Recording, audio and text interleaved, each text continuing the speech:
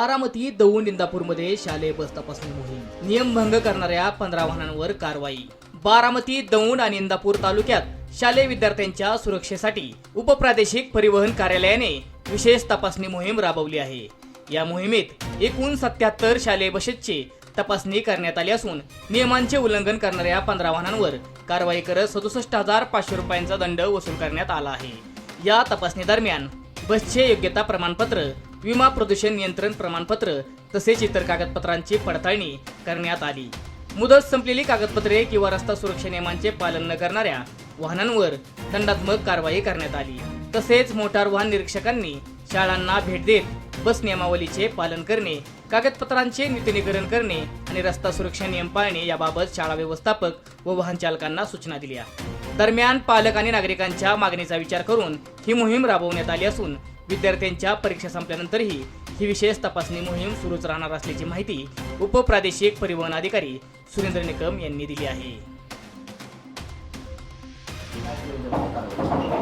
काल उपप्रादेशिक परिवहन कार्यालयामार्फत शालेय विद्यार्थ्यांची वाहतूक करणाऱ्या वाहनांची विशेष तपासणी मोहीम आयोजित करण्यात आली होती। यामध्ये एकूण 77 वाहनांची तपासणी करण्यात आली।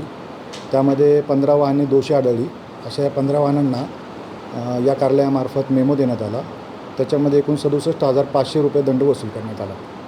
जो आपला जो 2 व्हीलर आणि 4 व्हीलर जो ट्रॅक आहे, या ट्रॅकमध्ये जे काही यंत्रणा आहे, यंत्रणा निष्कासित झालेली आहे, काय प्रयोजन आहे? दुसरे यंत्रणा ते कार्यान्वित करण्यात येणार आहे। या कार्यालयामध्ये जे काय वाहन चालकांची ड्रायव्हिंग टेस्ट होते त्यासाठी केंद्र शासनाच्या नियमानुसार नव्याने एक ट्रॅक नियोजित आहे।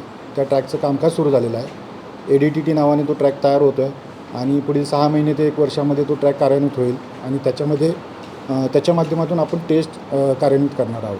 सर, या शालेय बस जे चालवतात त्यात काही शाळा आहेत, काही चालक आहेत, काही संस्था आहेत, यांच्यासाठी काय तुम्ही मार्गदर्शन सूचना द्याल? कशा पद्धतीने त्यांनी हे काम केलं पाहिजे?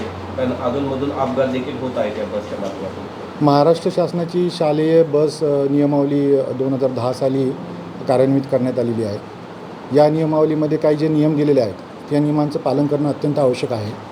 त्या नियमानुसार जी स्कूल बस ज्या पद्धतीनं असणं आवश्यक आहे त्या पद्धतीनं ती मेंटेन करणं गरजेचं आहे। त्याचबरोबर जो चालक ही स्कूल बस चालवतो आहे त्याच्याकडे तो अनुभव असणं, तसेच तो निर्व्यसनी असणं ही बाब अत्यंत आवश्यक आहे।